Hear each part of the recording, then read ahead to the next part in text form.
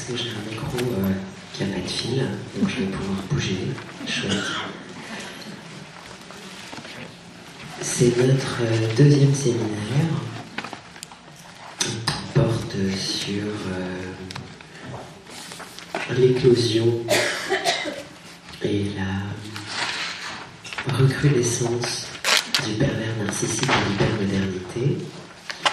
Et pour être encore plus précis, c'est un séminaire qui va tenter de vous démontrer que les modifications et les bouleversements sociétals et qu'une analyse sociologique un peu fine de l'époque que nous vivons amène à un bouleversement psychique notable et que nous sortons de façon certaine des anciens schémas psychopathologiques que nous connaissions, celui de la névrose franche et de la psychose, pour entrer de plein pied, selon moi,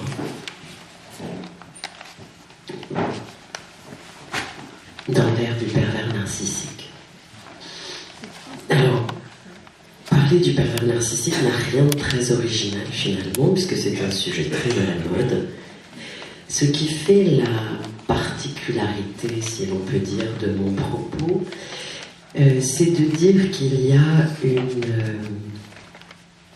un passage, un glissement de ce qui traditionnellement était dans la norme névrotique, qui passe aujourd'hui à une forme de norme pervers, et c'est d'affirmer que contrairement aux études épidémiologiques qui donnent à 2 à 3% de la population de pervers narcissiques, eh bien, je pense qu'il faut au moins rajouter un 0, et encore, on restera très en dessous de la réalité, selon moi, parce qu'il y a de plus en plus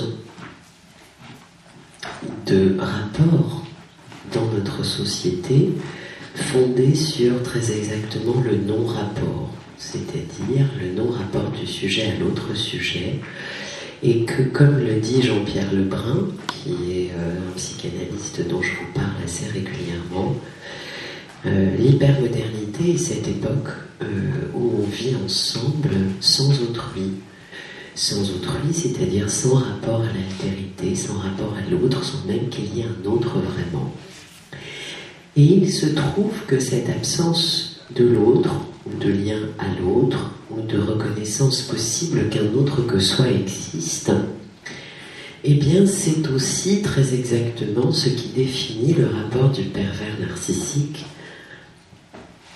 à l'autre qui n'est pas autre, au nom d'autre ou au nom d'objet.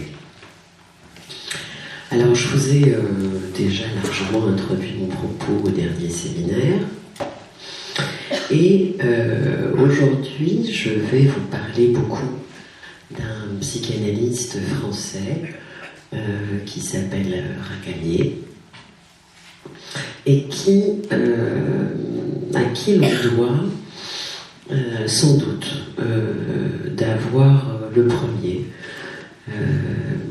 posé les jalons de façon très claire d'une réflexion sur le pervers narcissique, et plus exactement sur une nouvelle cartographie identifiée comme telle et posée comme entité psychopathologique à part entière. Alors Paul-Claude Racamier est un psychanalyste français qui, déjà dans les années 80, publie un ouvrage qui s'appelle tout simplement « Les perversions narcissiques », où il s'attache à définir les différents types de perversions. Alors Racamier, lui, fait la distinction entre la perversion de nature sexuelle et les perversités, et il va rattacher la question des perversités, en tout cas de ce que nous appelons les pervers narcissiques, à la question de ce qu'il appelle la perversité morale. Alors il faut entendre évidemment le terme de morale très loin de la question de la moralité, mais plutôt du côté évidemment de la question psychique, du lien à l'autre justement. Est-ce qu'on peut fermer les portes, qu'on puisse être un peu tranquille? Merci, merci beaucoup. Merci.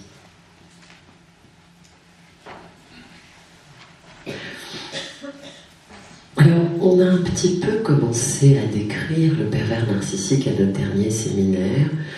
On en a esquissé des grands contours.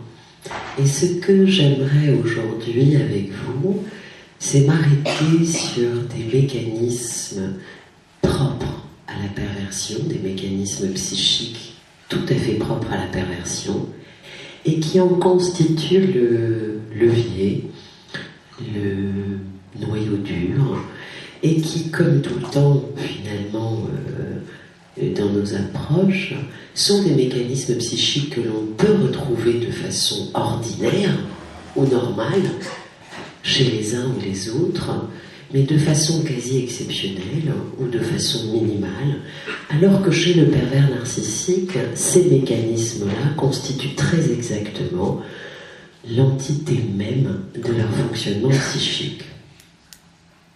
Et il s'agit d'abord et avant tout du déni et de la projection.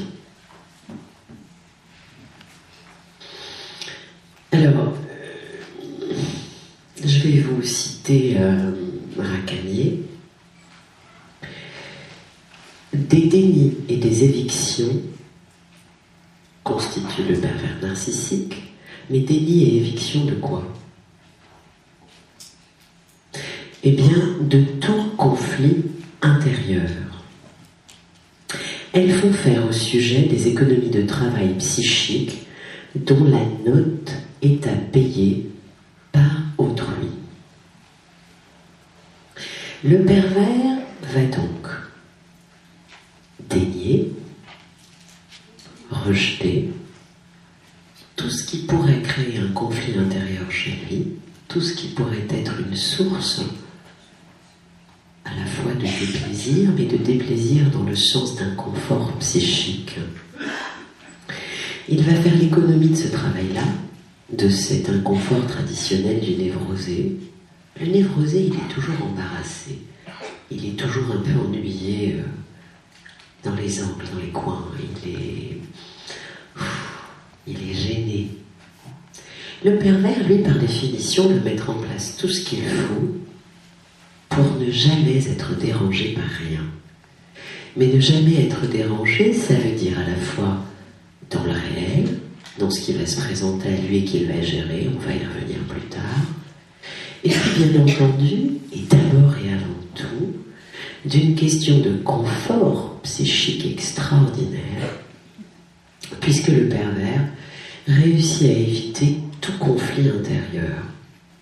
Alors, il n'est pas difficile de comprendre que si le pervers évacue tout conflit intérieur, eh bien, évidemment, il évacue aussi toute question, et on en revient à l'histoire morale, toute question de bien et de mal. Lui, il n'est pas au-delà du bien et du mal, il n'est pas du tout, ni dans le bien, ni dans le mal. Il est d'abord et avant tout dans lui. Je m'explique. Entrez, installez-vous, s'il vous plaît, fermez les portes, qu'on ait un tout petit sentiment de... Je sais qu'on est très très nombreux. Merci beaucoup.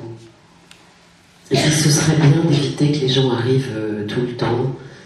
Il n'y a plus de place, vous êtes dans les escaliers, dans les couloirs. Merci. Alors, le pervers, vous l'avez compris, ne culpabilise par définition jamais. Il ne peut pas culpabiliser parce que la culpabilité est issue d'un conflit intérieur et d'une symptomatologie ou d'une symptomatisation ou d'une somatisation qui bien souvent vient donner lieu à, il est où Franck? Des douleurs à la jambe, au dos. Le gentil névrosé, lui, il a souvent mal partout. Alors c'est un des points que je vous adresse un peu sous forme de drôlerie. Les pervers narcissiques sont des gens qui somatisent très peu. Et je vois plein de têtes qui disent oui dans la salle. Ce sont toutes ces gentilles dames qui ont été des victimes, elles aussi, devrais-je ajouter, et qui ont pu constater que les pervers, ils ont quasiment jamais mal nulle part. Ça leur arrive, mais c'est tellement rare. Alors vous voyez ce qui fait que le pervers a finalement rarement mal quelque part, c'est très exactement pour cette raison-là, c'est-à-dire qu'il n'est pas en prise avec une intériorité conflictuelle. Il n'y a pas de conflit chez le pervers. Il n'y a pas de conflit parce que la voix est simple, univoque, tranquille. Moi, virgule, je, et le reste de l'humanité n'est là que pour me servir. C'est cette expression anglaise que j'aime beaucoup et qui va tellement bien au pervers, me, I and myself. Alors, quand on est dans une logique aussi tranquille, dans cette autoroute absolue d'un va-et-vient de soi-même, c'est une autoroute à sens unique, dans laquelle il n'y a pas deux voies, et c'est une autoroute qui va et qui arrive au même endroit, qui est le moi du sujet pervers. S'il ne culpabilise jamais, alors même que le pervers est en prise avec des gens qui bien souvent à un moment donné finissent par lui dire mais tu me fais du mal, c'est parce qu'il rejette par ce mécanisme de projection sur l'autre ce qu'il agit lui-même. Alors je vais détailler tout ça, ne vous inquiétez pas. Donc je vous disais deux mécanismes majeurs chez le pervers narcissique, le déni, je vais vous donner des exemples, et la projection. Alors le déni, il est simple, et je vais vous donner un exemple. Un père qui était en train de frapper un enfant. L'enfant se met à hurler, il pleure, il hurle. La mère arrive de sa cuisine, elle court. Et il dit à l'enfant, mais que se passe-t-il? L'enfant dit, papa vient de me frapper. Et le père dit à l'enfant, tu mens. Je ne t'ai jamais touché. Alors vous vous dites, mais c'est invraisemblable.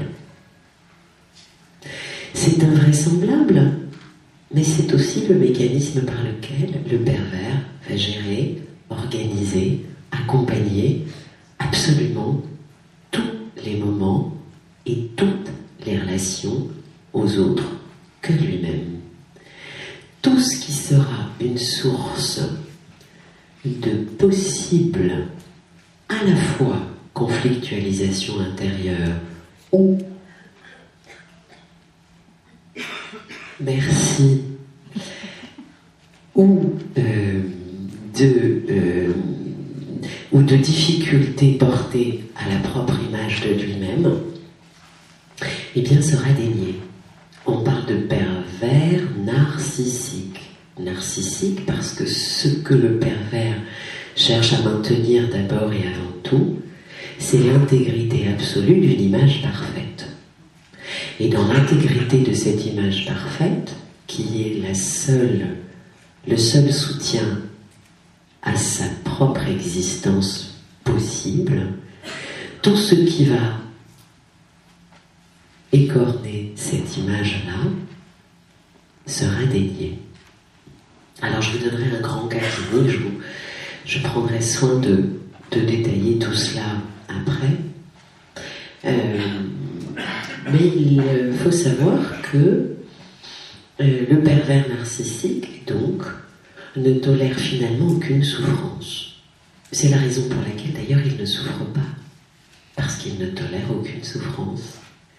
Et qu'il orchestre tout son lien au monde et son lien aux autres pour que tout ce qui peut être une source difficile, pour dire les choses un peu facilement, soit dénié, et pour que dans la relation à l'autre, tout ce qu'il inflige comme souffrance à l'autre soit retourné en son contraire par ce système projectif qui consiste à attribuer à l'autre ce qu'il agit lui-même.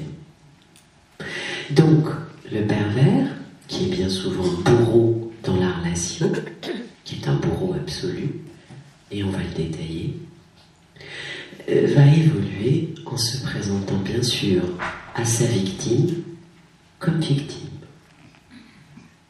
Et c'est très compliqué pour les victimes du pervers de sortir de l'emprise, on va y revenir, pour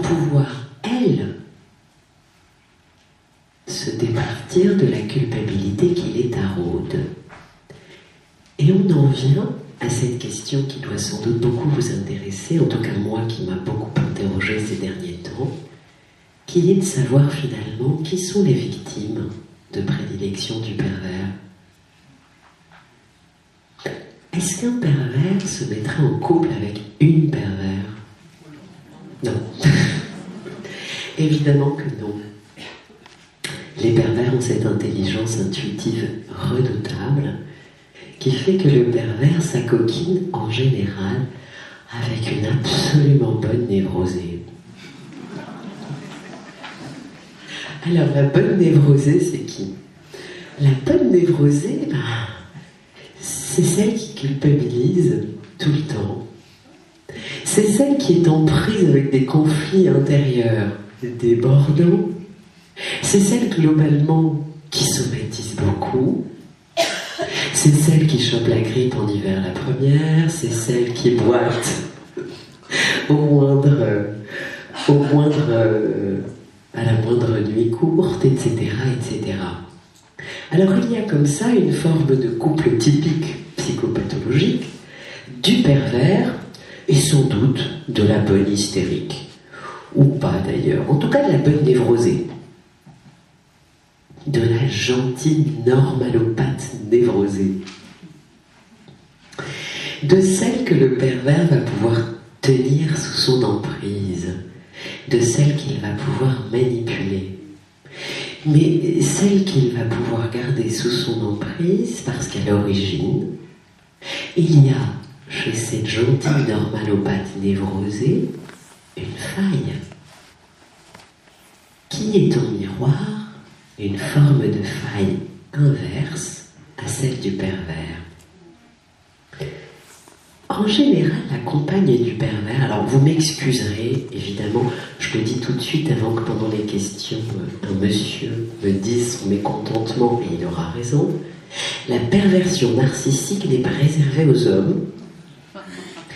Elle peut aussi concerner des femmes, mais au jour d'aujourd'hui, dans l'évolution sociétale qui est le nôtre, elle est quand même encore plus fréquente chez les hommes que chez les femmes.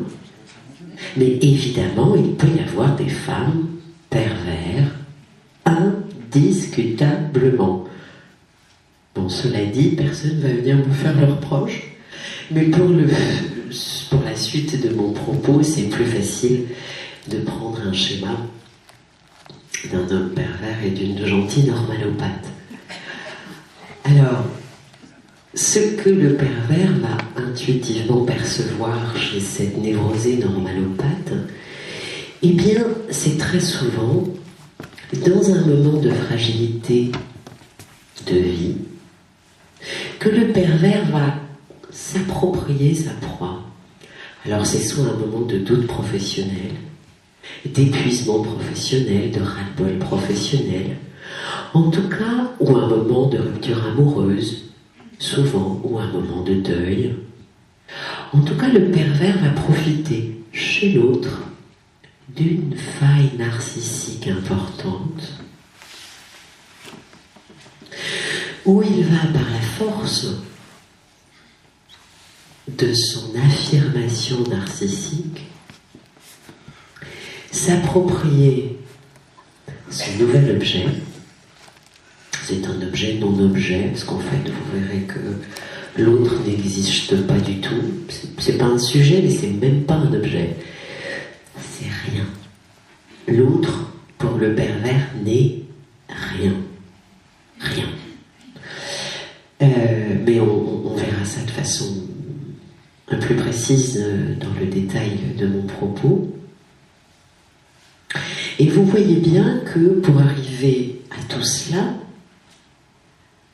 à la fois les victimes, elles ont cette particularité double, c'est-à-dire qu'à la fois elles sont cueillies, choisies dans un moment de vulnérabilité, mais en même temps il faut que la victime soit suffisamment flatteuse narcissiquement. Donc c'est une gentille normalopathe, névrosée, ordinaire, mais qui en même temps n'est pas trop ordinaire pour quand même suffisamment flatter le pervers de sa proie. Et tout cela, évidemment avec une habileté extraordinaire, parce que le plus bel animal social, aujourd'hui, c'est le pervers narcissique. Le prototype du pervers narcissique, c'est quelqu'un qui, justement, travaille bien souvent à la jonction de plusieurs univers. C'est un animal social extrêmement développé, qui se présente comme quelqu'un d'hyper aimable, de très sympathique, avec une hyper adaptabilité. C'est globalement le type dont tout le monde dit « Oh, qu'est-ce qu'il est sympa !» Alors si vous entendez dire quasi à l'unanimité « Il est beau, il est sympa, il est grand, il fait tonnes de choses », il faut qu'il y ait une petite lumière qui s'allume et que vous puissiez vous dire « Courage, fuyons ». Bon, cette hyper-adaptabilité de cet animal social hyper moderne, elle vient évidemment de qualités qui sont des qualités intrinsèques au pervers et qui sont très exactement que le pervers est un animal froid, redoutablement dénué d'empathie. Et pour pouvoir séduire, le pervers a très vite compris que de se présenter comme un robot calculateur n'allait pas lui ramener beaucoup d'affection. Et par conséquent, le pervers déploie cette agilité psychique extraordinaire d'hyperséduction. Et par cette sublime capacité à séduire, va réussir à passer très exactement pour ce qu'il n'est pas du tout. Certains auteurs parlent de construction en faux self. Moi, je crois qu'ils vont un peu loin. Alors, faux self, dans l'idée d'une construction psychique, d'une fausse identité, pour aller vite. On va généralement parler du faux self pour les états limites, qui vont construire une forme d'identité,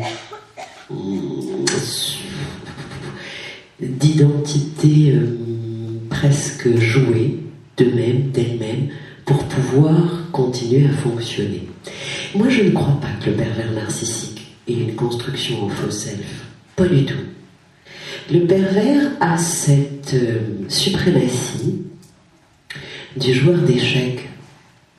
D'ailleurs, vous verrez souvent, je vous donne plein de tuyaux. Souvent, les pervers narcissiques sont de très bons joueurs d'échecs. Alors que, bien souvent, la névrosée qu'ils ont choisie ne comprend même pas dans quel sens bougent les pions. Et oui. Alors pourquoi le pervers est-il adepte des jeux d'échecs ? Je suis trop contente d'avoir un micro qui bouge, je vais pouvoir vous parler d'un peu plus près. Pourquoi le pervers a-t-il souvent une passion pour les jeux d'échecs ? Eh bien parce que c'est très exactement un jeu anticipatoire. Et le pervers, dans sa relation à l'autre et aux autres, a cette qualité extraordinaire qui est d'avoir toujours 3 coups d'avance, voire même 4 ou 5. Ce qui est extrêmement déroutant pour les victimes, qui non seulement se battent et se débattent de l'emprise qu'elles subissent du pervers, mais qui ensuite ne comprennent pas comment le pervers aura déjà répondu à ce qu'elles auront elles-mêmes mis 5 coups à avancer, et la réponse est déjà là. Alors cette anticipation froide et calculée du pervers, elle est mise à profit de quoi chez le pervers ? Alors bien sûr, elle est mise à profit dans la relation à l'autre, de garder la suprématie et la domination sur l'autre. Mais cette compétence, cette qualité, elle est d'abord et avant tout mise au profit de son narcissisme et de sa capacité à veiller en tout point et en toute situation à ce que son image ne soit jamais abîmée. Alors je vais vous raconter une brève anecdote clinique qui me plaît beaucoup, parce parce qu'elle dit toute la cruauté de l'emprise du pervers et de ce que nous n'avons pas encore nommé aujourd'hui, qui est de sa toute-puissance. Le pervers est tout-puissant.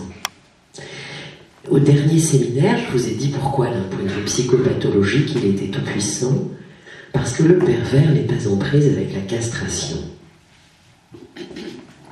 Le névrosé, lui, il est castré. Et il se débat comme il peut avec cette affaire-là. Il s'en sort, il s'écroule. Si vous croisez un homme qui est terriblement angoissé, frottez-vous les mains.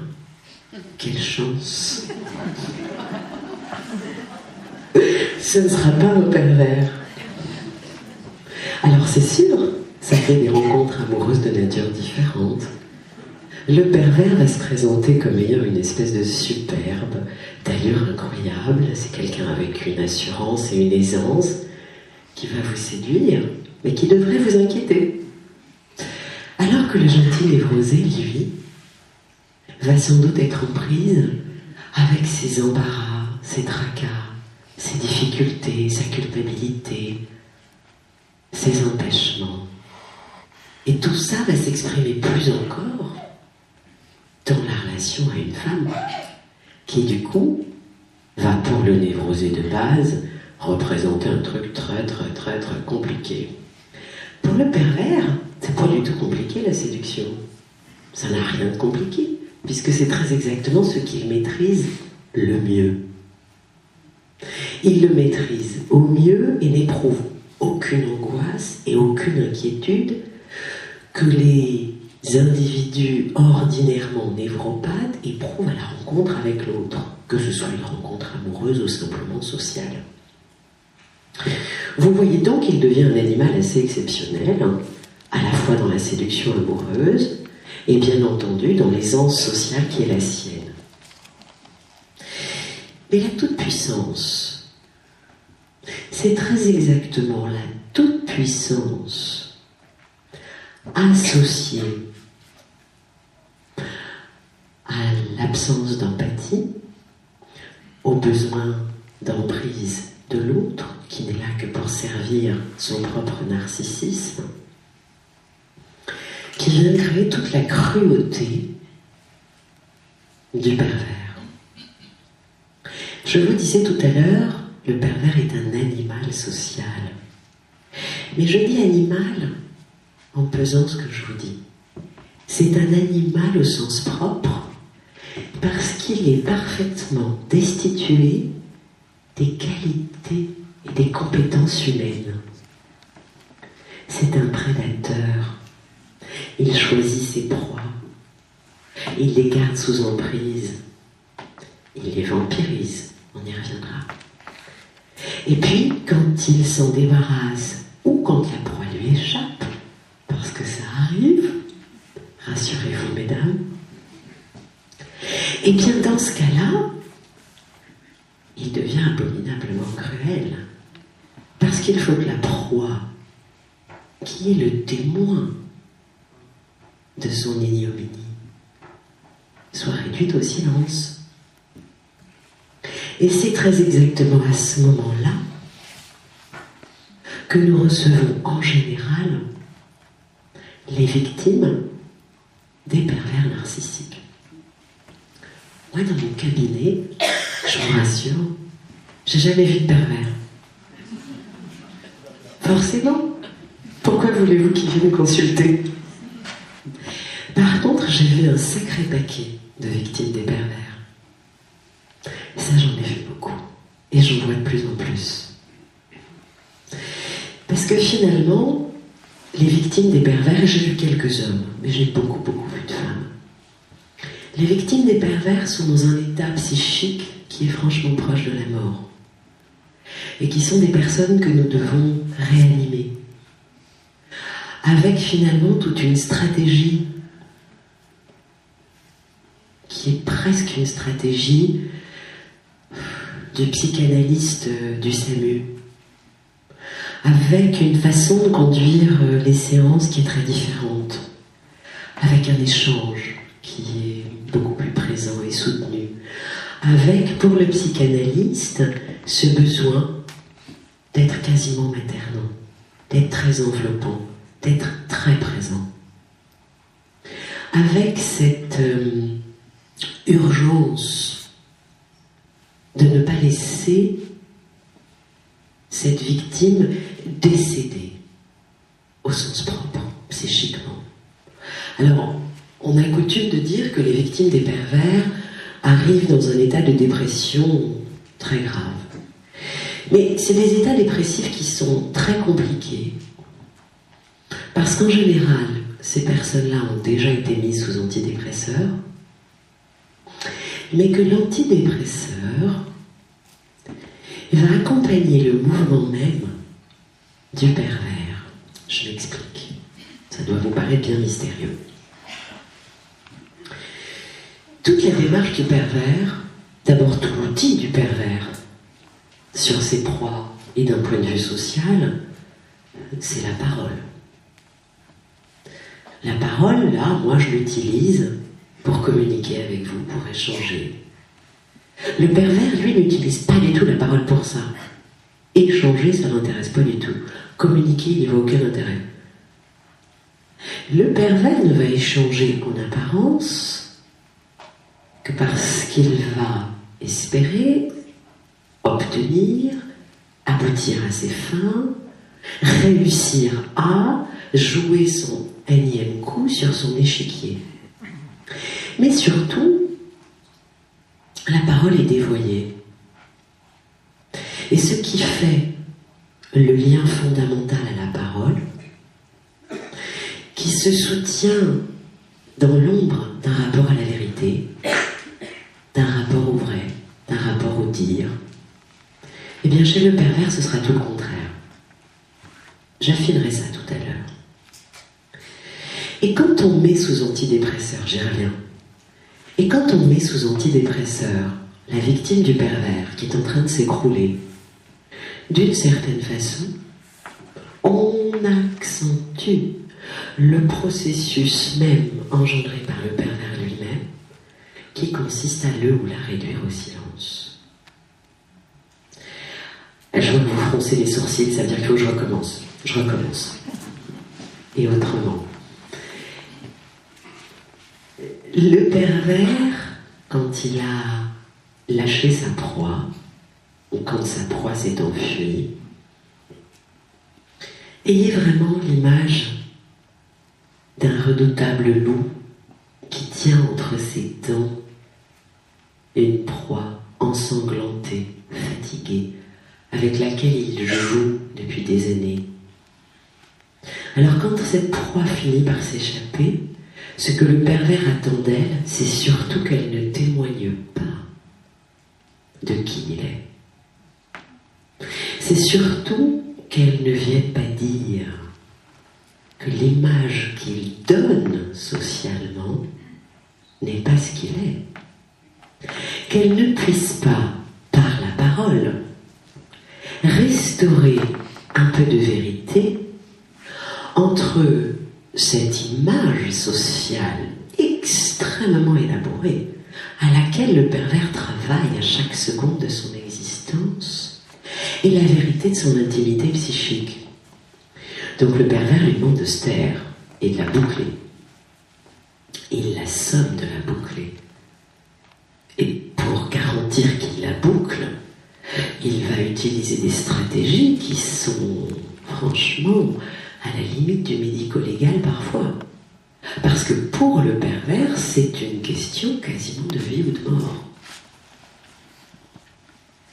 Et quand on met sous antidépresseur, de façon immédiate, presque au premier regard, presque à la première manière, en se disant un peu facilement, oui, bon, bah, le divorce, on va la mettre sous antidépresseur, ça va passer.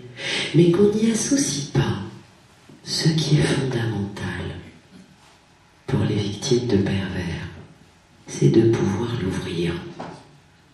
L'ouvrir enfin. L'ouvrir, c'est-à-dire dire. Dire, c'est s'approprier une place de sujet. Et c'est pouvoir dénoncer des vérités, dénoncer les abjections dont elles ont été victimes. Et alors c'est un peu comme la double peine, mais avec les pervers c'est souvent la triple peine ou la quadruple peine. C'est que bien souvent quand les victimes des pervers disent qu'elles ont été victimes, bien évidemment, elles se heurtent au discours parfaitement mensonger du déni du pervers, qui non seulement dénie le réel, dénie les vérités, dénie tout, mais ensuite projette sur sa victime la maltraitance qu'il lui a fait subir. Petite vignette clinique. Un couple d'une hystérique ordinaire et d'un grand pervers se retrouvent confrontés à la maladie d'un de leurs enfants. Bon. Jusque-là, vous me direz, et alors ? Sauf que la maladie d'un enfant, c'est pour un pervers quelque chose d'extrêmement compliqué à gérer. Parce que ça veut dire du soin porté à quelqu'un d'autre que lui-même, ce qu'il n'est absolument pas prêt à donner. Ça veut dire intérioriser éventuellement l'inquiétude de ce qui constitue l'évolution d'une maladie quelle qu'elle soit. Il n'est pas du tout prêt à ça non plus. Ça veut dire s'enquiquiner. Alors, évidemment, ce pervers narcissique, là, dans ce cas-là, choisit de prendre la fuite. C'est assez entendable. Mais il prend la fuite en disant à sa compagne, très clairement, un enfant malade, c'est un boulet. Ma vie ne peut pas être lestée parce que je suis promis à un très grand destin. Et vous allez assombrir l'avenir à Dieu qui est le mien. Et là, nous introduisons une autre part du pervers narcissique qui est presque une forme de mégalomanie, où le pervers narcissique est absolument certain de son fait. Il est tellement certain de son fait, il ne vit et il ne roule que pour lui-même, donc évidemment face à la maladie, il se tire, mais en plus, évidemment, il est convaincu d'être, pour le dire assez rapidement, la 7e merveille du monde. C'est plutôt la moins 7e merveille du monde, et d'ailleurs la moins 7e des abominations du monde, mais il se vit comme la 7e merveille du monde. Bon, ok. Alors voilà, ce gentil pervers, qui n'est pas du tout gentil d'ailleurs, ce pervers est parti, et la normalopathe en question atterrit sur le divan d'une psychanalyste. Ce qui, bien évidemment, participe à lui redonner la parole, à la soutenir, à l'étayer, à lui permettre de s'en sortir, bon an, mal an, et de l'ouvrir, comme je vous le disais. Alors elle commence à l'ouvrir. Et il s'est tiré face à la maladie du petit. Il ne voulait pas d'un enfant boulet. Il est mégalo, etc., etc. Et là, le combat à mort peut commencer. Pourquoi ? Parce que le pervers va évidemment être dans le déni. Donc le déni consiste à dire d'abord, mais cet enfant n'est absolument pas malade. Un enfant malade, ça reste à l'hôpital 24 heures sur 24, c'est bien connu. Hein ? Seuls les gens hospitalisés sont malades. Et puis, va s'en suivre tout un processus de disqualification, de discrédit. Dans cet horrible mécanisme de déni du réel, de discrédit de la parole de la victime. Et ce qui est encore plus extraordinaire dans cette anecdote clinique que je vous rapporte, c'est que ce pervers-là est parvenu, par une hyper-séduction et par sa grande connaissance de l'univers social et de l'entre-gens à obtenir d'un des médecins qui suivait l'enfant en question un magnifique certificat de complaisance qui dit à peu de choses près que l'enfant n'est pas si malade que ça. Alors, vous voyez, pour la victime du pervers, c'est la triple peine. Et c'est d'une cruauté extraordinaire, sauf que, renouer avec la parole, et avec une parole de vérité, dans l'intimité du cabinet d'un psychanalyste, ou ailleurs, peu importe, c'est pouvoir retrouver une identité psychique de sujet. Parce que le pervers s'approprie une forme d'emprise psychique sur ses victimes. Très exactement par ce processus de disqualification. Je vais vous lire quelques citations à ce sujet-là. Alors d'abord, un petit texte de Racamier qui va reprendre un peu ce que je vous ai dit. Le mouvement pervers, narcissique, est une façon organisée de se défendre de toute douleur ou contradiction interne et de les expulser pour les faire couler ailleurs, tout en se survalorisant, tout cela aux dépens d'autrui, et non seulement sans peine, mais avec jouissance. Alors sans peine, vous avez bien compris, et la jouissance du pervers, on va y revenir. L'objet de la perversion narcissique est interchangeable. Rien de plus et rien de moins qu'une marionnette, c'est un ustensile. Mesdames, vous qui avez été pour certaines, je le vois bien à vos réactions, des victimes de pervers narcissiques, n'ayez pas l'illusion que vous avez existé en tant que celle que vous êtes une seule seconde, ni même qu'il vous ait vraiment remplacé par une autre. Vous étiez une marionnette à laquelle une autre marionnette a fait suite, puis une autre fera suite à celle-ci, etc., etc. Les proies sont toujours relativement momentanées, même si ça peut durer 10, 15, 20 ans, enfin ça va rarement au-delà. Remarquez, il y a un moment où il meurt.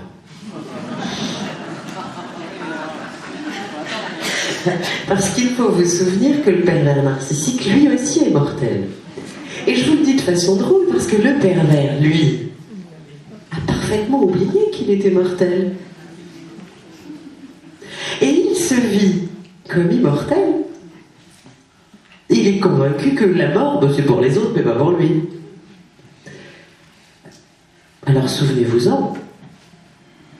Et quand je vous dis sous forme de drôlerie, souvenez-vous que le pervers narcissique est mortel, mais c'est aussi parce que c'est une façon de vous proposer de sortir de la toute-puissance du pervers narcissique, de sa non-limite dans le rapport aux autres, dans le rapport aux choses, dans le rapport à lui-même. Cette non-limite est évidemment illusoire, parce qu'elle trouvera sa limite. Et c'est en ce sens que je vous dis que le pervers aussi est mortel, bien heureusement. Alors, je vous ai parlé donc de la disqualification. Dans le rapport du pervers à sa proie, ou à sa victime, il y a un processus qui est fondamental, qui est ce processus disqualifiant. On rencontre... alors la disqualification, je vais vous donner un exemple qui nous est donné par Didier Anzieux, qui est un exemple simple, alors je vais le reprendre, et très parlant. C'est l'exemple d'une mère qui met un enfant dans un bain bouillant. L'enfant est écarlate, il hurle. La mère le sort de l'eau. Et l'enfant hurle, le bain est brûlant, et la mère lui dit « Mais non, le bain n'est pas chaud, tu fais juste de la comédie. » Ça, c'est de la disqualification. Ou un enfant qui rentre de l'école en hurlant « J'ai faim », j'ai faim, j'ai faim, j'ai faim. Et une mère qui va dire, mais non, tu n'as pas faim. Ben, ça n'est pas l'heure du goûter ou ça n'est pas l'heure de dîner. Mais tu n'as pas faim. Autrement dit, je me place en position d'être capable d'émettre une vérité sur ce que toi seul peux éprouver. Autrement dit, je me substitue à toi, donc tu n'existes pas, et c'est moi qui vais te dire ce que tu ressens, parce que tu ne peux même plus croire dans tes propres sensations. L'enfant à qui l'on dit « mais non, tu n'as pas faim » est un enfant à qui on a disqualifié la perception. Et l'enfant est placé dans ce cas-là dans une alternative très complexe, qui est soit de croire au témoignage de sa perception, de ses sens, ou de croire à l'objet de son amour. Sans déconner, il est dans la merde. Alors, l'enfant qui doit choisir entre la confiance de l'expression de son propre ressenti et la confiance qu'il attribue à l'objet de son amour ou à son amour d'objet, il fait quoi? Eh bien, il se dit, le pain n'était pas si chaud. Eh bien, il se dit, mais finalement, c'est sans doute vrai, j'ai pas si faim.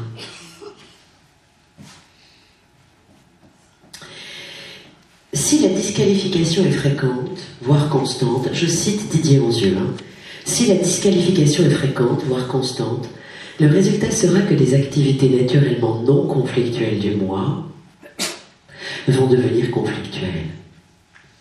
Il deviendra en soi conflictuel de percevoir, de sentir, et dans la même foulée, bien entendu, de penser. C'est à cet endroit-là que le pervers exerce une forme d'emprise sur ses proies. Il va réussir par un travail extrêmement subtil et progressif à destituer chez sa proie sa capacité à être pensant. Parce qu'il va lui dénier sa capacité à être sujet tout court.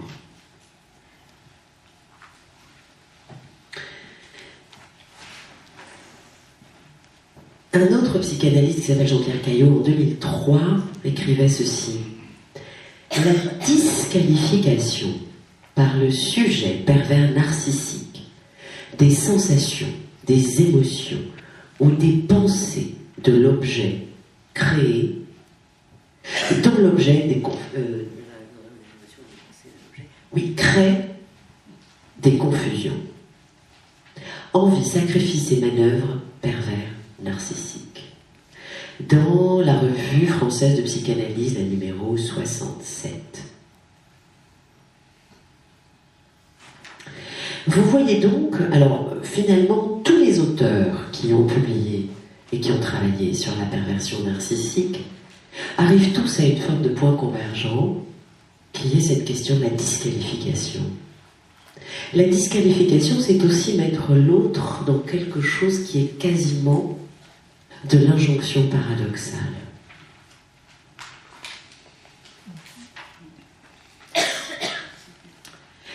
Et de façon conclusive, et je vais vous laisser la parole, en quoi consiste la conduite narcissique pervers, interroge Racamier. Et il répond, elle sera toujours une prédation morale, une attaque du moi, de l'autre, au profit du sujet narcissique. Une disqualification active, plus ou moins habile et subtile, du moi de l'autre et de son narcissisme légitime. La disqualification est un des moyens absolument essentiels de toute activité pervers de type narcissique. Cette disqualification déconsidère ce que l'autre ou ce que les autres ressentent, souhaitent, désirent, peuvent faire et vivent. Elle consiste en un discrédit porté sur la valeur et la qualité intrinsèque des capacités et des accomplissements d'un individu. Vous comprenez donc pour quelle raison je comparais de façon un peu entre les lignes le pervers narcissique à cet animal. Le pervers narcissique est redoutable. Il est abominablement redoutable de cruauté, d'infamie. Il est redoutable de cruauté et d'infamie parce que, comme le dit Platon, et on s'arrêtera là-dessus pour aujourd'hui, le chef-d'œuvre de l'injustice, c'est de paraître juste sans l'être. Et c'est ce que fait le pervers. Non seulement il discrédite ses proies, il les écroule, il les assassine, mais ensuite il se fait passer pour une victime. Et comme la petite vignette clinique que je vous montrais tout à l'heure, il réussit même par sa superbe sociale à obtenir des certificats de complaisance pour en plus apporter les preuves dans le réel du déni, du mensonge, en bref, pour que l'infamie devienne vérité. Voilà, alors je vous propose d'arrêter pour aujourd'hui. Il est bien 3h25, hein ? Oui. Et donc je vous passe la parole pour que nous en passions aux questions. Et je vous quitterai à 16h20 pour pouvoir attraper un train à l'heure. Sinon, ça me fait perdre 2 heures de plus. Donc vous me ferez grâce des 5 minutes de la fin. Voilà, je vous écoute.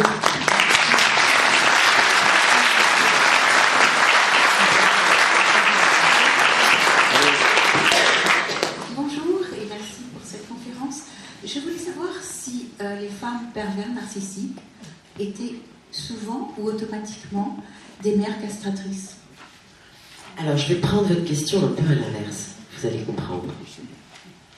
Alors d'abord, les mères castratrices ne sont pas toutes des pervers. Sinon, ça ferait un paquet de mères pervers. Par contre, ce que je peux vous dire, c'est que les pervers narcissiques ont tous une mère qui a été défaillante du point de vue des soins. C'est une mère qui n'est pas aimante. Le pervers n'a pas eu une mère aimante. Il n'a pas eu une mère maternante. Il n'a pas eu une mère soignante. Mais il a eu une mère qui n'a eu de relation à son enfant que parce qu'il était valorisant. Et où l'enfant est devenu l'objet de sa propre valorisation narcissique. Donc le pervers narcissique a toujours une mère narcissique, terriblement. Et souvent, vous verrez, dans le giron des pervers narcissiques, il y a toujours la mère qui plane dans l'ombre, parce qu'ils sont un couple, une forme de couple diabolique. Ce sont des femmes abominables, qui ont elles-mêmes vampirisé leur enfant, dont elles jouissent et profitent de tous les succès sociaux en général. Elles sont à toutes les manifestations publiques ou sociales de leurs petits rejetons, dont elles se nourrissent, parce qu'elles ne peuvent pas se nourrir d'elles-mêmes, souvent. Et c'est des femmes qui, comme je vous le disais dans les exemples donnés, ont passé leur temps à dire à leur enfant « Mais non, t'as pas froid, t'as pas faim, t'es pas fatigué, tais-toi et marche. » Voilà. Une autre question ?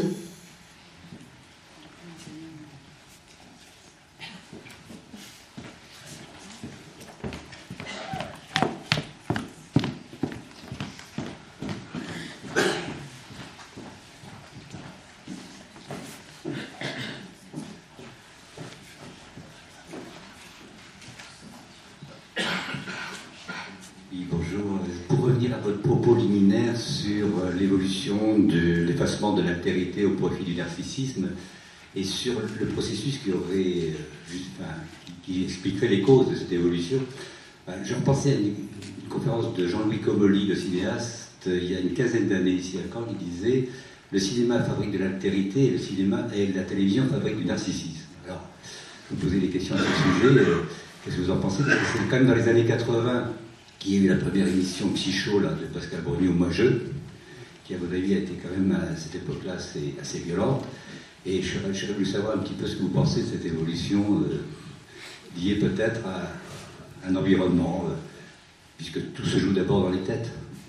Alors si jamais vous êtes encore suffisamment masochiste pour venir à ma prochaine séance de travail, je répondrai très amplement à cette question, puisque mon prochain séminaire porte très exactement sur pourquoi la société a-t-elle engendré des pervers narcissiques en masse.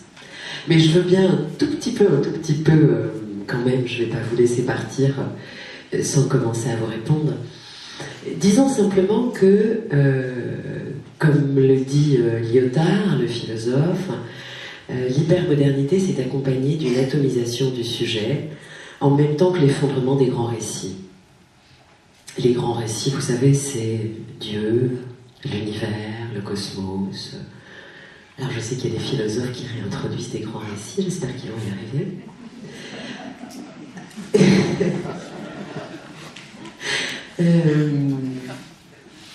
Avec l'effondrement des grands récits et l'atomisation du sujet, on est arrivé progressivement à une société de l'inflation individuelle et globalement à une société tout à l'ego.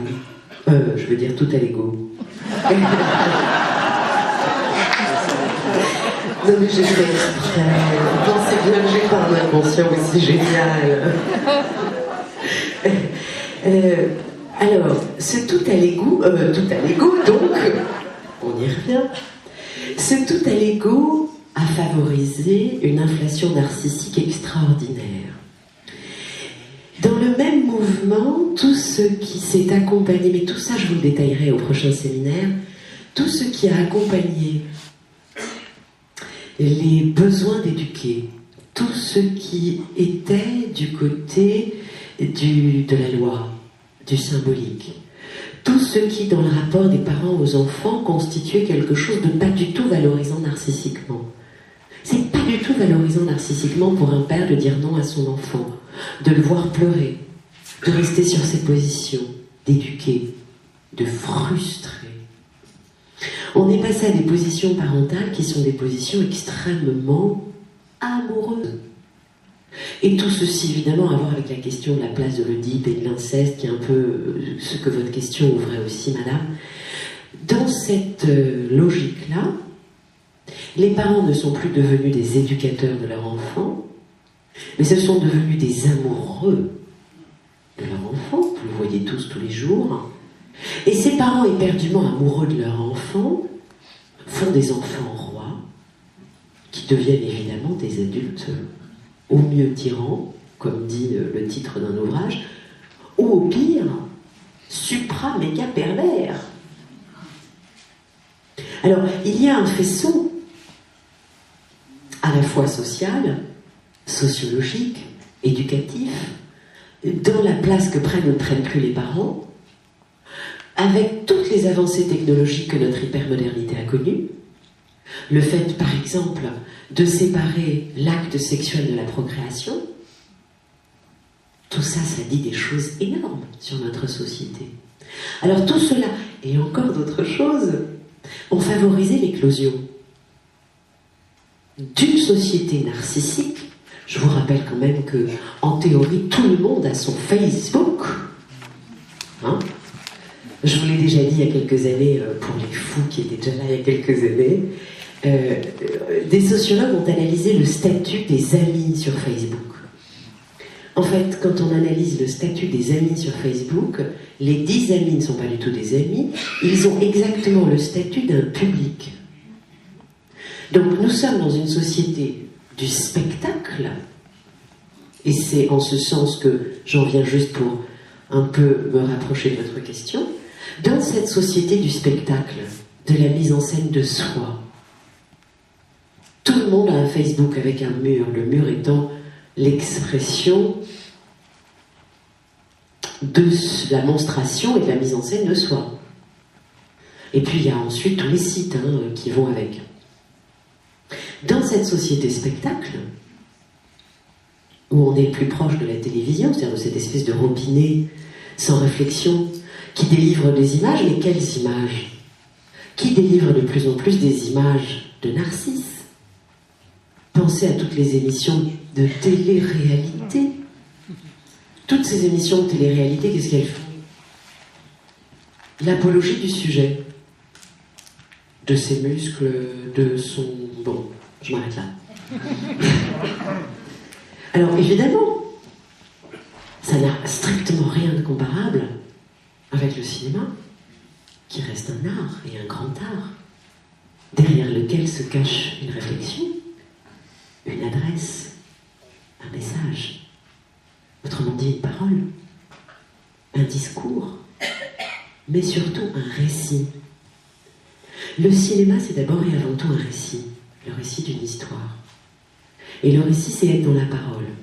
Et la parole, c'est être dans le lien. Etc., etc., etc. Tout ce que la télévision n'est pas. Donc je rejoins, cher monsieur, ô combien la parole de ce cinéaste d'il y a quelques années, ici même.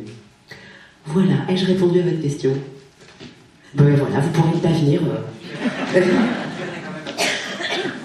J'ai pas compris. Je viendrai quand même la prochaine fois. Eh bien, vous serez bienvenue. Une autre question? Oui, je voulais justement vous poser la question des répercussions au niveau d'un couple où il y a un pervers et une femme sous emprise. Quelles sont les conséquences pour les enfants? Comment évoluent les enfants? Donc, est-ce qu'ils vont justement reproduire et être narcissiques pervers à leur tour? C'est très aléatoire. Et je jouerais un peu à Madame Irma si je répondais à cette question. Ça va dépendre de tellement d'éléments et tellement de facteurs. Je crois surtout qu'il faut garder à l'idée qu'il faut protéger les enfants de l'emprise du pervers. C'est le premier souci. C'est-à-dire que la mère doit d'abord et avant tout essayer d'extraire psychiquement les enfants de l'emprise du père. Et leur donner aux enfants un espace vital de fonctionnement d'eux à eux-mêmes. Si on a réussi à faire ça, on a sans doute évité le pire de la casse. Et quand c'est la mère qui est pervers, le père n'a plus qu'à bosser. C'est ce qu'il fait. Et ben voilà, qui continue. Une autre question? Si la mère elle-même est sous l'emprise de son mari qui est pervers, comment peut-elle soustraire ses enfants? Attendez d'avoir le micro pour que tout le monde.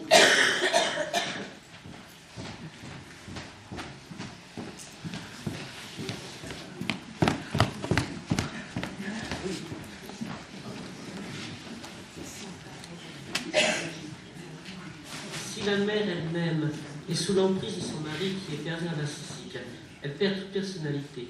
Elle est dépersonnalisée. Comment peut-elle soustraire ses enfants? C'est pas possible. Elle n'a plus de personnalité. Oui, alors la question qui était posée là, c'était question en cas de séparation. C'est ce que disait la dame, c'est-à-dire en cas de séparation du couple et où à un moment donné il y a un sursaut.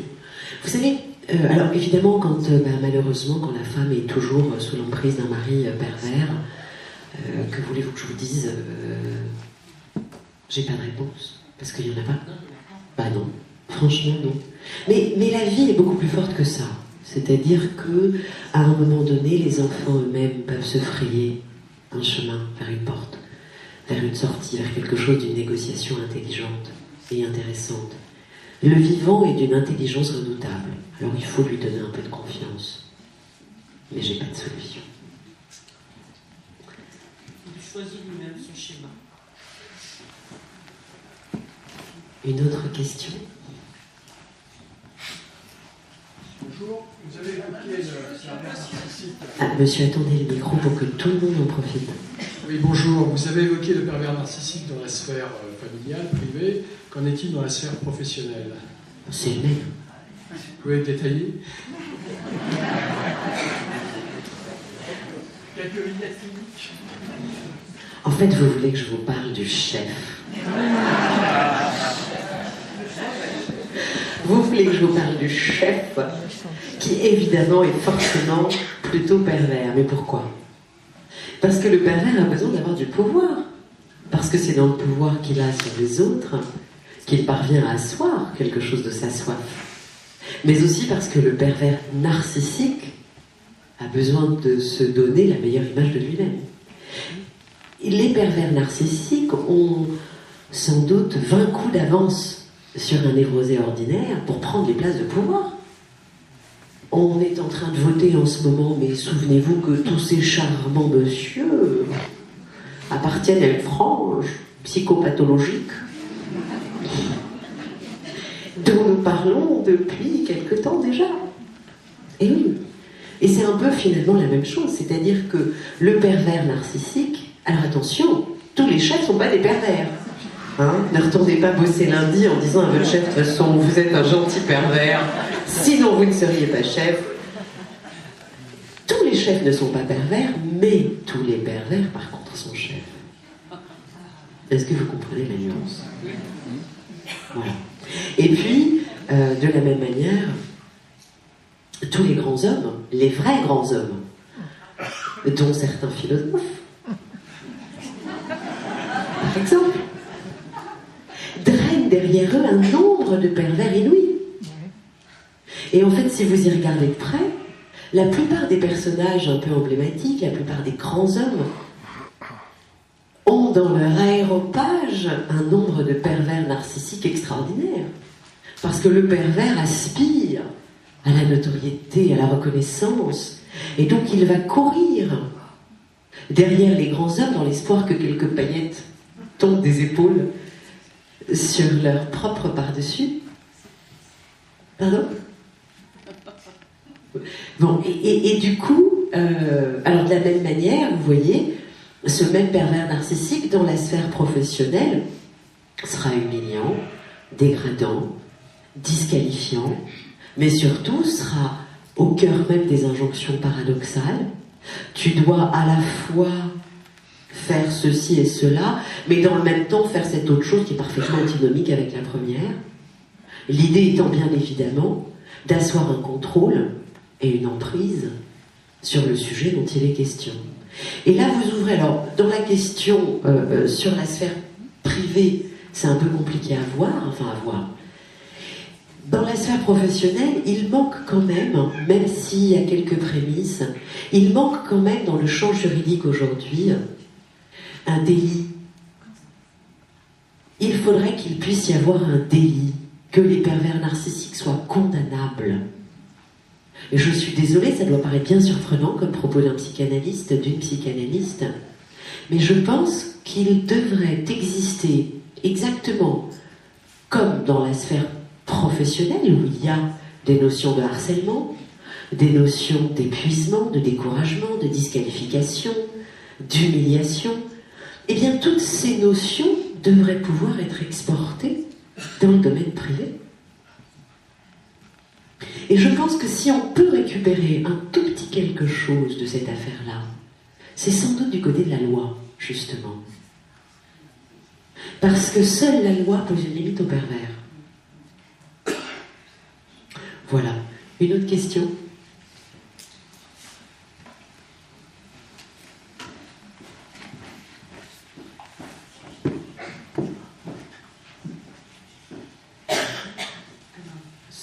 Une question qui me taraude, peut-être elle est idiote, mais je la pose quand même. Je voulais savoir si le pervers c'était aussi tranché tel que vous l'avez défini, ou est-ce qu'il y a des personnes qui sont un peu à tendance perverse, sans y être complètement, totalement. Vous avez raison. Alors d'abord, il n'y a jamais aucune question idiote. Et vous avez bien raison de poser cette question-là. Il y a ce que la psychanalyse appelle des traits pervers. Les traits pervers, on en a par exemple dans l'hystérie, de façon assez ordinaire. Mais le trait pervers de l'hystérique, il est assez insignifiant. Il est assez insignifiant parce que, par définition, l'hystérique n'a pas l'anticipation froide. L'hystérique est quelqu'un d'impulsif, d'immédiat, de pas trop réfléchi. Et donc, ce qui va constituer des traits pervers de l'hystérique, par exemple, seront presque comme un coup d'épée dans l'eau, sur une espèce de petit flop dans la relation à l'autre. Donc il y a des traits pervers qui peuvent appartenir à d'autres structures, mais en même temps, ces traits pervers sont quasiment indolores, inodores, incolores. C'est donc bien peu ennuyeux, si j'ose dire. Il y en a des traits pervers. Et puis, on a tous, pour pouvoir défendre une intégrité narcissique, parfois, quelques défenses qui peuvent être d'allure pervers. Mais vous voyez, c'est très éloigné de la structuration du pervers narcissique, qui a comme modalité élective psychique, comme je vous l'ai montré aujourd'hui, le déni et la projection. Et qui donc a une modalité dans la relation à l'autre, qui est une non-relation à l'autre, et qui effondre l'autre.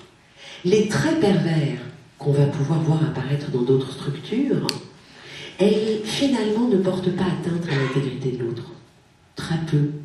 C'est un peu chiant, elle est chieuse, elle décroche pas son téléphone, elle fait exprès pour me faire rager. C'est un peu pervers, mais franchement, c'est pas bon. Voilà. Je crois que la grande différence, elle est là. Bien sûr qu'il y a des traits pervers ailleurs, mais ces traits pervers ne constituent pas une atteinte à l'intégrité de l'autre, surtout un écroulement. Ils ne sont pas coupables de crimes contre l'âme. Les pervers narcissiques sont des assassins. Mon propos est fort, et je le mesure. Les pervers narcissiques sont des criminels de l'âme. Les personnes atteintes de traits pervers, ma foi, faut faire avec. Oui? Attendez le micro. Vous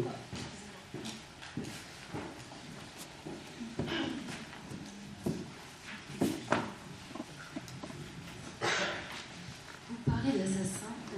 J'ai lu un livre de Sylvie Tenenbaum.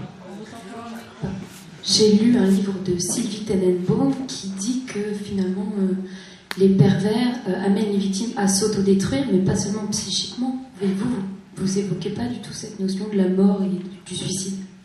Ah si, si. Ah ben si. Je vais même vous dire mieux.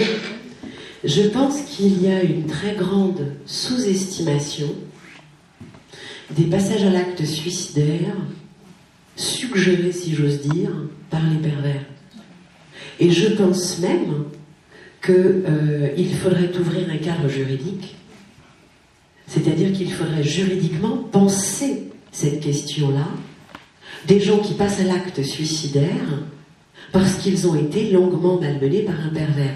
Alors, dans le cadre professionnel, monsieur, on a vu ça chez Orange, on a vu ça dans certaines grandes entreprises. Aujourd'hui, les dirigeants de ces boîtes-là qui ont vu un nombre croissant de passages à l'acte suicidaire chez eux ont des comptes à rendre. Et on leur demande de venir rendre des comptes.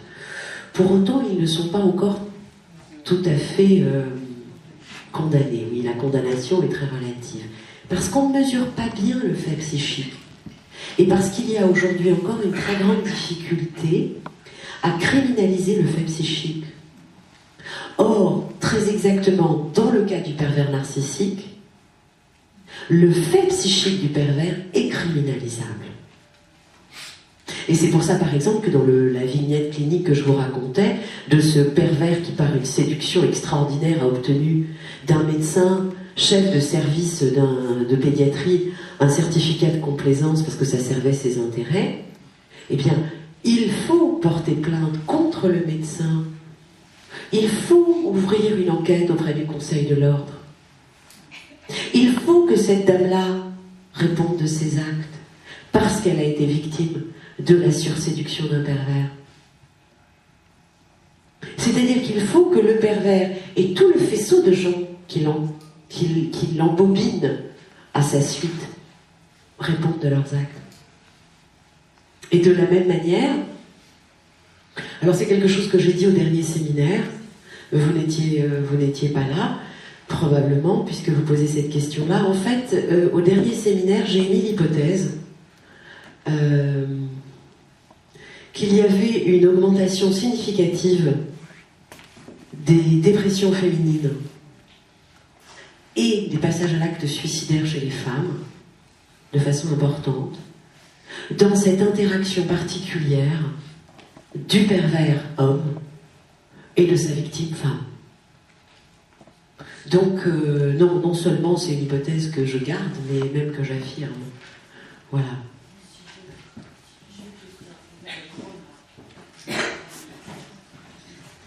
Moi, je voudrais poser la question suivante. Peut-il y avoir association ou cumul entre, par exemple, la paranoïa et la perversité? Plus encore, c'est-à-dire que la paranoïa est une forme évolutive de la perversion narcissique.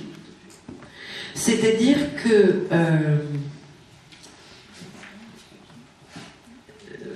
alors comment vous dire ça d'un point de vue psychopathologique en 3 secondes?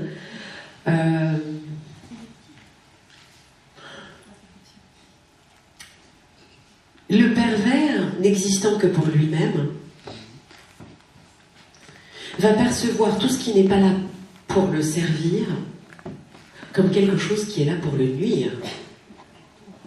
Et comme le pervers est là pour éviter toute forme de conflit intérieur, le pas à franchir entre on cherche à me nuire parce qu'on cherche à fragiliser mon narcissisme déjà branlant, il est très rapide.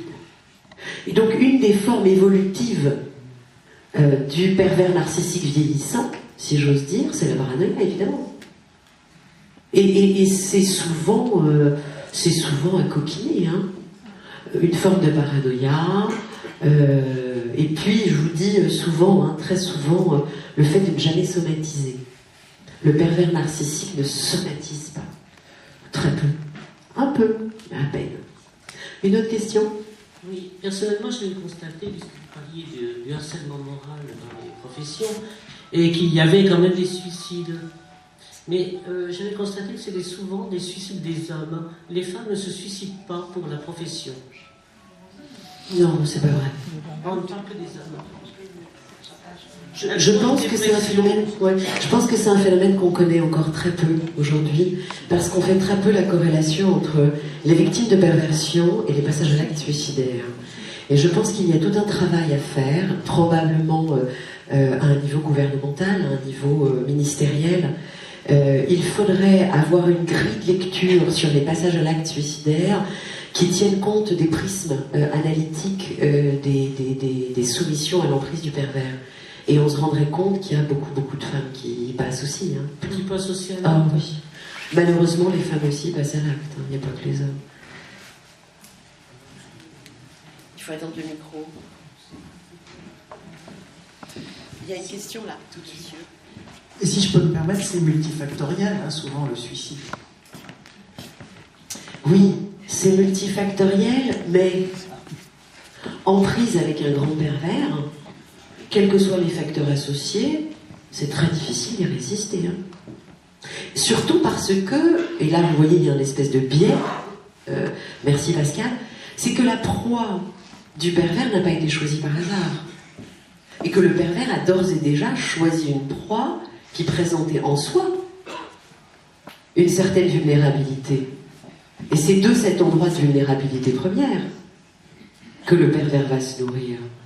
Donc il y a de toute évidence une forme de biais de sélection chez les proies des pervers qui, sans doute, amène encore plus facilement au passage à l'acte suicidaire.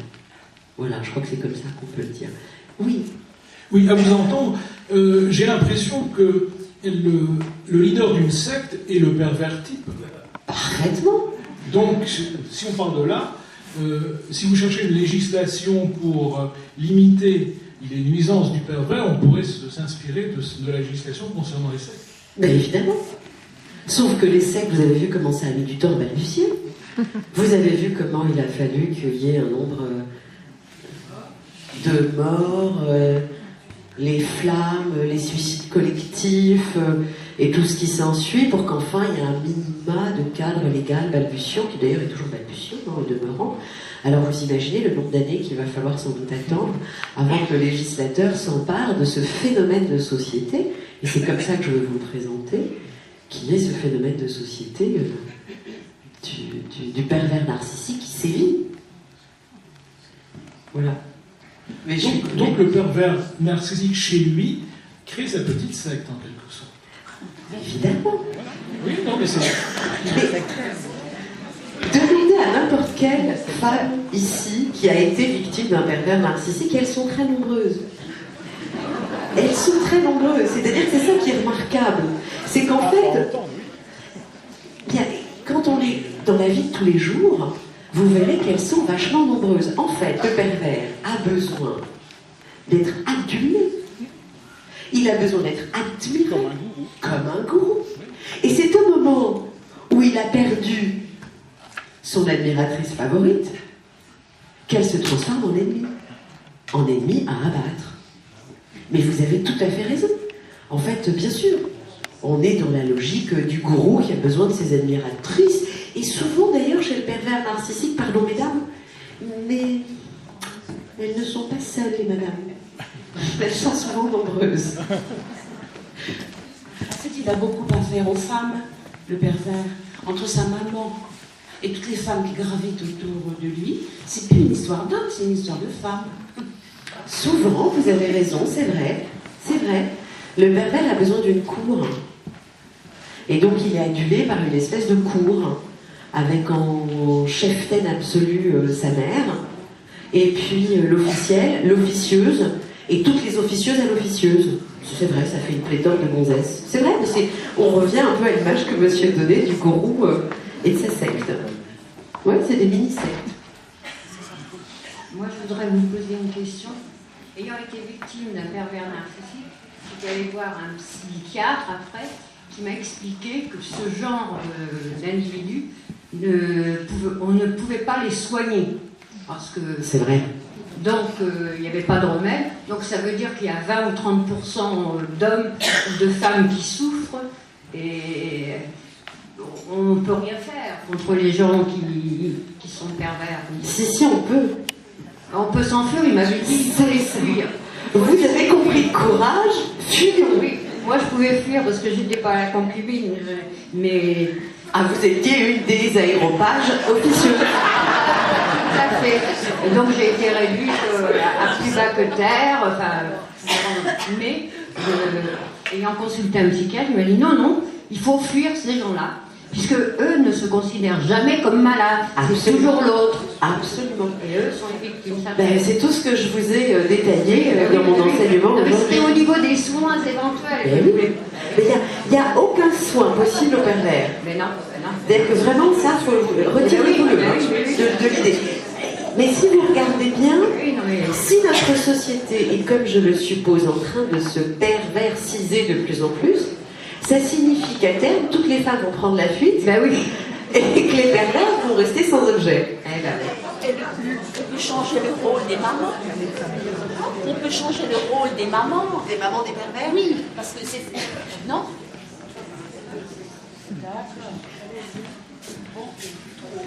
Monsieur. Attendez, monsieur, on passe le micro. Je vois que nous rentrons de plus en plus dans l'intimité du pervers. Nous avons donc fini par le déshabiller. Et maintenant que nous l'avons parfaitement déshabillé et analysé, nous en arrivons à savoir comment il fait sexuellement, ce pervers. Alors, en fait, chez les pervers narcissiques, il y a le pervers narcissique qui est aussi un pervers sexuel, c'est-à-dire celui qui pervertit l'objet de l'accomplissement de l'acte sexuel. Ça existe. Le pervers sexuel peut aussi être un pervers narcissique, pas forcément, mais il peut. Et puis chez le pervers narcissique, il n'y a pas forcément une très grande efficience sexuelle. Mais par contre, quand le pervers narcissique sera confronté à ses pannes ou à ses défaillances, les stratégies qu'il va mettre en place pour le masquer seront infiniment plus importantes que chez un sujet normalopathe. Et puis surtout, je pense qu'il y a chez le pervers narcissique une prédilection pour l'onanisme. Le pervers narcissique étant amoureux de lui et de lui seul, la plus grande de ses satisfactions sexuelles est celle qu'il s'auto-procure. Parce que pour éprouver un vrai plaisir sexuel dans la rencontre avec l'autre, il faut que l'autre soit autre. Sauf que pour le pervers, l'altérité, l'autre est insupportable. C'est ennuyeux. Puisqu'il est le seul objet de son propre plaisir. Donc il se satisfait parfaitement de lui-même, le pervers. Je pense que le pervers est le plus grand pratiquant, fervent de l'onanisme. Voilà. Et ce que je dis n'engage que moi. Mais selon toute vraisemblance, je suis presque sûre qu'on est proche de la vérité. Ah, il y a plein de femmes qui me disent oui, oui, oui. Ça, c'est des victimes qui ont approché le pervers de près. Bonjour. Est-ce qu'un névropathe ordinaire peut devenir pervers narcissique et réciproquement? Non. Je suis rassuré.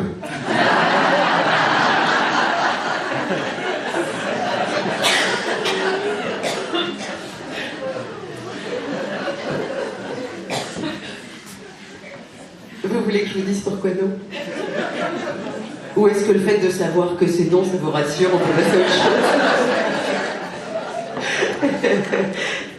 Alors non, parce qu'on ne change pas de structure en cours. Parce que la structuration du pervers, c'est ce que je vous montrais la dernière fois, la structuration du pervers, elle se fait dans cette non-évolution du narcissisme primaire. En fait, le pervers narcissique, il est bloqué à une phase, à un stade de son développement infantile, où finalement il garde une forme de retrait des investissements libidinaux sur son corps propre. Ça n'évolue pas. Mais ce qui n'a pas évolué en un temps n'évoluera plus jamais. C'est d'une autre manière la question de la forclusion que Lacan utilisait pour nous parler des psychoses, c'est-à-dire qu'il y a des développements psychiques qui, quand ils ne se font pas enfants, sont forclos, c'est-à-dire qu'ils ne pourront plus advenir au-delà du temps imparti pour le faire. Donc non, on ne change pas de structure en cours de route. On peut essayer avec beaucoup d'efforts, et je vous fais un aveu, parfois on y arrive un peu, pour se défendre des pervers, apprendre à développer des stratégies pour avoir l'allure d'une certaine perversité pour se défendre, mais en général, nous, les normalopathes ordinaires, on n'est pas très bons. Hein. Donc non. Et puis quant au pervers, avant que le pervers se normalise, non. Quand il sera mort, voilà. Quand il sera mort, le pervers sera un être normal. Enfin, normalement mort. Donc juste, on peut à la fois être pervers narcissique et pas pervers narcissique, mais névropathe ordinaire. C'est-à-dire qu'on peut avoir des traits pervers en étant un gentil névropathe ordinaire. C'est quelques traits. On peut composer avec quelques petits traits pervers. C'est pas si dramatique. Enfin, en tout cas, c'est moins dramatique qu'avec un pervers narcissique. Nobody's perfect. Nobody's perfect, exactement. Une autre question ?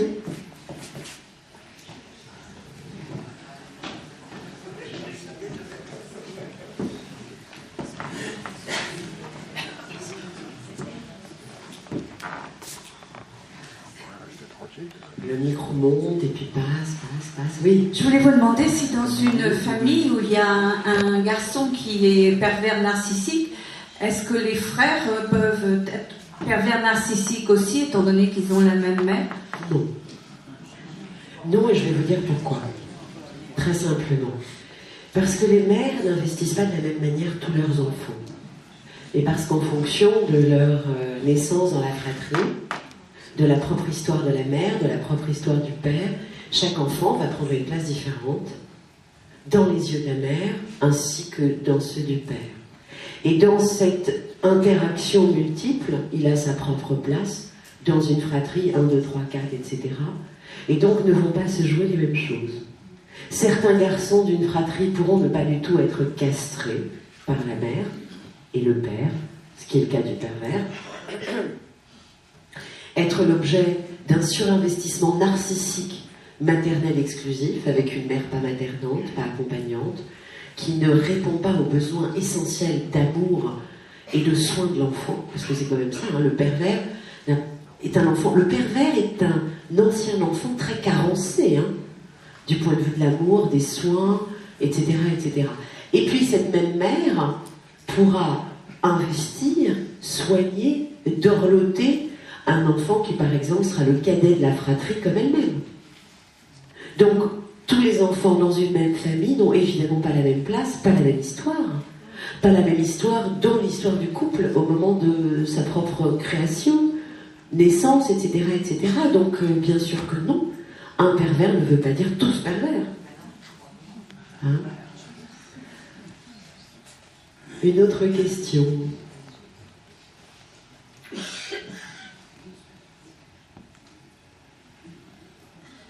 Eh bien, on a fait le tour des questions.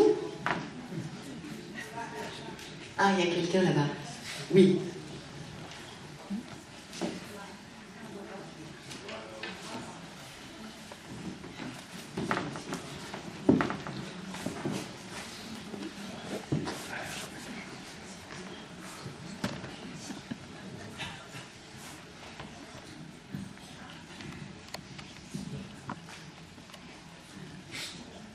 Bonjour. Oui, vous parliez tout à l'heure de loi, d'essayer, si vous voulez, de développer ce côté de justice. J'aimerais savoir, en fait, dans votre profession, pour ne pas en arriver à des situations extrêmes, justement, j'allais dire de suicide, que faites-vous? C'est-à-dire, en fait, à partir du moment où vous vous trouvez avec des victimes, hein, on nous parle toujours évidemment du secret professionnel et tout, mais il faudrait peut-être que ça évolue aussi, donc j'aimerais bien avoir votre avis là-dessus. Alors, je crois que votre question est, est-ce qu'un psychanalyste ou un psy en général dénonce un pervers?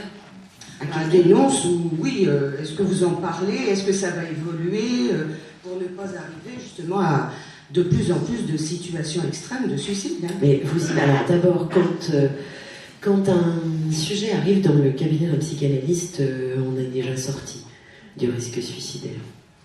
Dans ces cas-là, précisément, on est sorti, parce que ça veut dire que le sujet a réussi à s'approprier une démarche, il a été chercher de l'aide. Il a été chercher une main tendue de l'autre côté de la rive. Et il suffit que vous tendiez cette main-là pour pouvoir le ramener du côté du vivant. Et c'est ce que les psychanalystes font, en tout cas c'est ce que moi évidemment je fais. Tout à l'heure je vous disais un peu brièvement que nous ne travaillons pas exactement de la même façon, en tout cas moi, je ne travaille pas de la même façon avec les victimes de pervers. Parce qu'elles arrivent dans un état de délabrement psychique qui est assez remarquable. Et que ce délabrement-là fait que nous devons d'abord avoir tout un travail d'enveloppement maternant, où on a d'abord tout un travail presque un travail de holding, de handling, avec du travail presque archaïque, comme on travaillerait avec un enfant très déstructuré.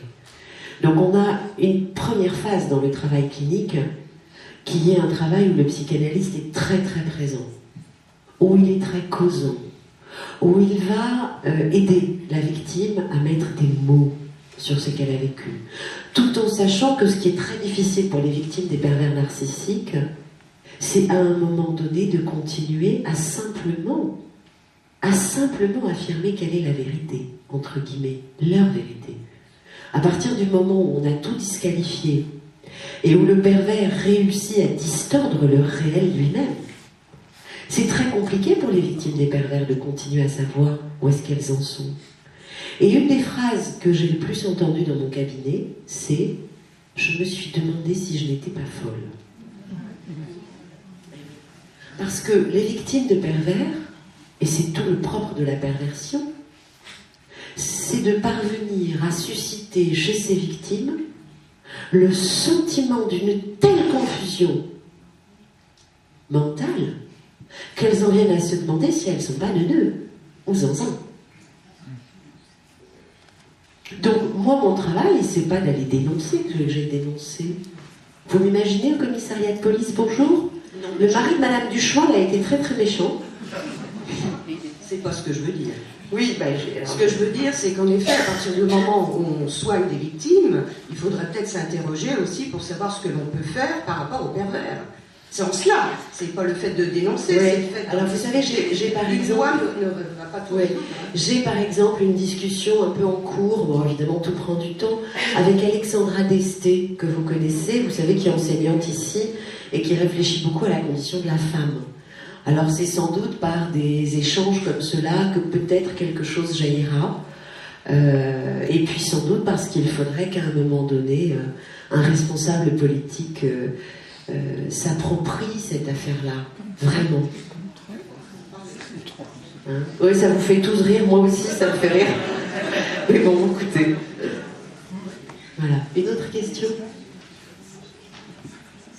La jeune femme en rouge tout là-haut, qui comme elle est tout là-haut...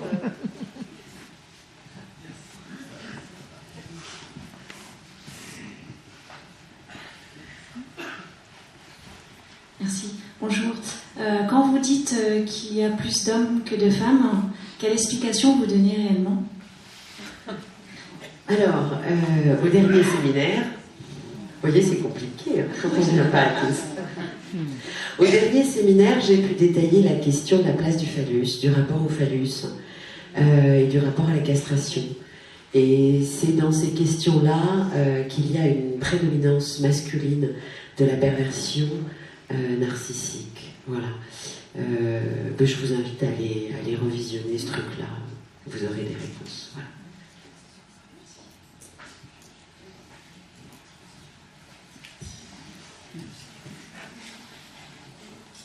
Y a-t-il une autre question? Oui? Non? Allez-y, monsieur. C'est un peu une question imbécile.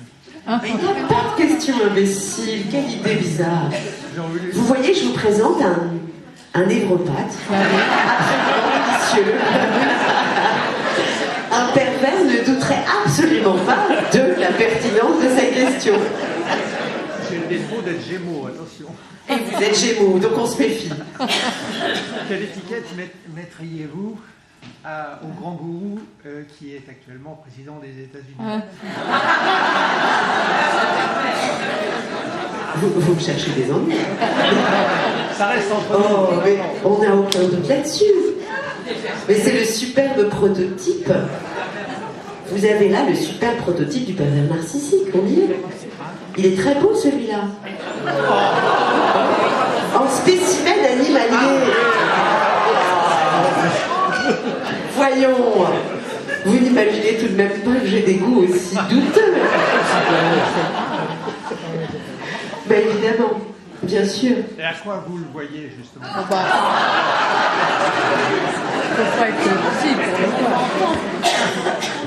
Finalement, je retire ce que j'ai dit. Je ne sais pas si on n'a pas affaire à un pervers. Vous avez commencé par dire que vous alliez poser des questions imbéciles et puis finalement...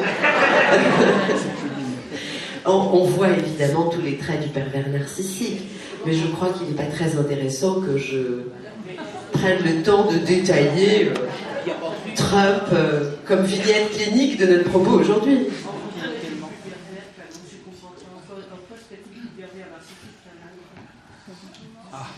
Posez la question à monsieur. Cher monsieur, vous qui posiez des questions prétendument imbéciles, en quoi serait-il plus pervers qu'un autre? Excusez-moi, on n'a pas entendu la question du tout.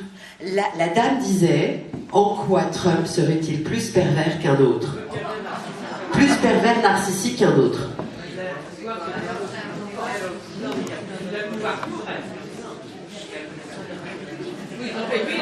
Ah bah oui. Pascal, tu veux pas donner le micro au monsieur?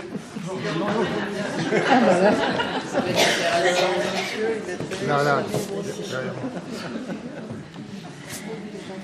J'étais tout à fait d'accord avec le monsieur tout à l'heure qui parlait de grands gourous. Oui. Et là c'est l'exemple parfait du grand gourou des États-Unis qui manie une foule qui est à ses ordres. Oui, alors je vais vous dire, moi je crois qu'il est relatif. Vous savez pourquoi ?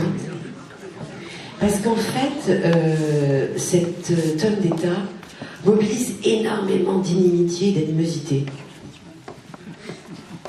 Il faut que je recule. Et en plus, on me fait danser. Il mobilise énormément d'inimitié et d'animosité. Et c'est un pervers narcissique qui manipule bien mal la question de la séduction. Vous voyez ? Alors, à la fois, il y a sans doute une frange qu'il a parfaitement séduit, et puis une autre dont il est détesté et haï. Ce qui nous interroge. Ça ouvre l'interrogation. Mais comme je n'ai pas le plaisir de le connaître personnellement, cher monsieur, je vais avoir du mal à vous répondre franchement. Je crois que de façon générale, c'est ce que je vous disais tout à l'heure, on n'arrive pas à ces niveaux de pouvoir par hasard, aujourd'hui, et qu'on ne prend pas le pouvoir innocemment, et qu'on ne l'occupe pas, on n'occupe pas cette place-là d'un endroit innocent. Et je pense que quand Michel Onfray se méfie de fricoter avec l'élite et les élus, il sait ce qu'il fait. C'est clair. Une autre question qui ne m'oblige pas à dire des horreurs sur des hommes puissants. Oui.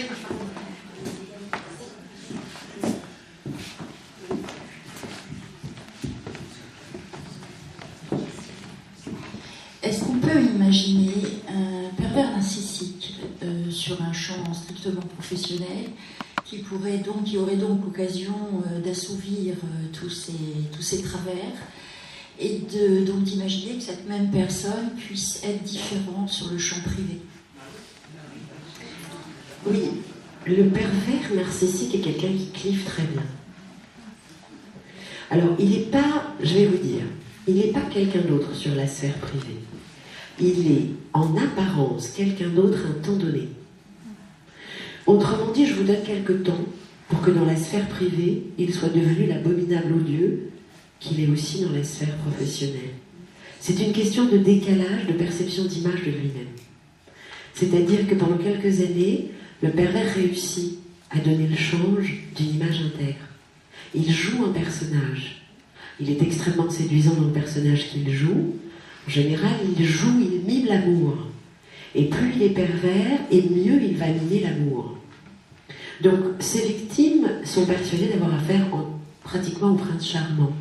Et puis le prince charmant se révèle être l'abominable homme des neiges. Donc l'abominable homme des neiges que vous voyez professionnellement l'est aussi dans sa subjectivité intime amoureuse. Mais à un moment donné, il réussit à tenir un rôle qui se finira par s'écrouler, bien entendu. Vous me direz dans X temps, vous aviez raison. L'abominable homme des neiges professionnel s'est aussi avéré un abominable conjoint époux. Une dernière question. Il y a plein de mains levées, mais on va... Allez-y. Est-ce que les hommes victimes de pervers narcissistes femmes réagissent de la même façon que les victimes femmes? Mais, il y en a moins. Ouais, c'est compliqué parce que les hommes, les femmes sont très déroutées, très désemparées, elles sont effondrées psychiquement, les hommes aussi, mais en plus les hommes ont un sentiment de dévalorisation masculine et ils ont ce sentiment très fort d'être humiliés dans l'intimité de leur expression d'homme. Donc ils se sentent souvent, alors si la question c'est comment ils réagissent, les hommes réagissent volontiers en entrant dans une addiction, souvent une addiction alcoolique qui masque une forme dépressive importante et où ils vont compenser quelque chose à l'objet par l'alcool. Les femmes ont moins souvent ces réflexes-là. Bon, mais encore une fois, on essaye de réfléchir. Chaque histoire est individuelle, chaque homme et chaque femme a une histoire qui lui est propre. Mais disons simplement pour réfléchir que les hommes d'abord franchissent moins facilement la porte du psy, quel que soit le psy. Les femmes reconnaissent avec plus de facilité qu'elles ont besoin d'être aidées. Pour les hommes, ça reste parfois une démarche plus complexe. Mais disons que dans tous les cas, il faut aider les victimes de pervers à se faire aider. Se faire aider, ça veut dire retrouver la parole qui est la leur. Et qu'elles osent parler. Qu'elles osent se parler à elles-mêmes de ce qu'elles ont vécu, de ce dont elles ont été victimes, de ce qu'on a abîmé en eux. Qu'elles puissent retrouver le sens de la non-confusion. Voilà. Ça a répondu à votre question. Ça a répondu à votre question ? Oui. Une autre question ? Voilà, je réponds à votre question, madame, et ce sera la dernière pour que je puisse aller prendre mon train.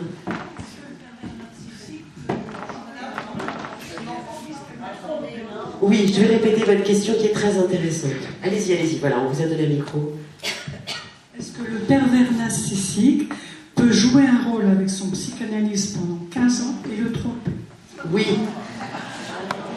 Je vais vous raconter une brève anecdote abominable qui m'a été racontée par un de mes enseignants, un de mes maîtres à penser quand j'étais encore bien jeune, qui s'appelait Joël Dor, et qui nous a raconté cette histoire sordide.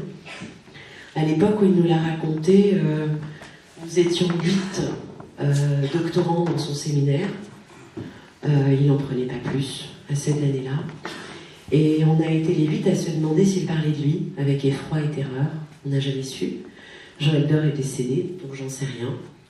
Mais il nous a raconté cette histoire que je vais vous raconter aujourd'hui. Un psychanalyste reçoit un nouvel analysant. C'est un bon psychanalyste. Très rapidement, il découvre, il se dit que ce type est hyper pervers, que sa structuration est sans aucun équivoque possible pervers, et il se demande ce que ce monsieur vient chercher chez lui. Donc il se dit qu'il va attendre, wait and see. Ce patient lui fait le détail des exactions sexuelles qu'il vit avec une jeune femme qui est sa cadette d'une 30aine d'années, avec des détails sordides de leurs envolées sexuelles remarquables, jusqu'au jour où le psychanalyste comprend que la jeune femme dont il est question, c'est sa fille. Voilà. Ça, c'est des histoires typiques de pervers qui atterrissent sur le divan du psychanalyste. Et puis, nous, les psychanalystes, que nous soyons hommes ou femmes, représentons une proie de choix pour les pervers. C'est la fille du psychanalyste ? Mais non. Du psychanalyste.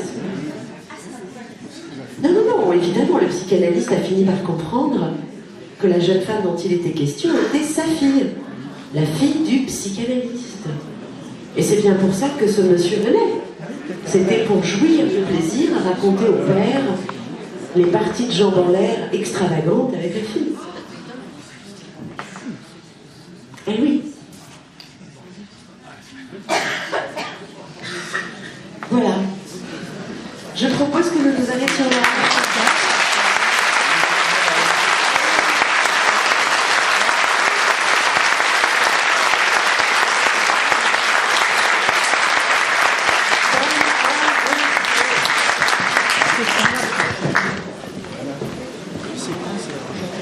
Je le lève.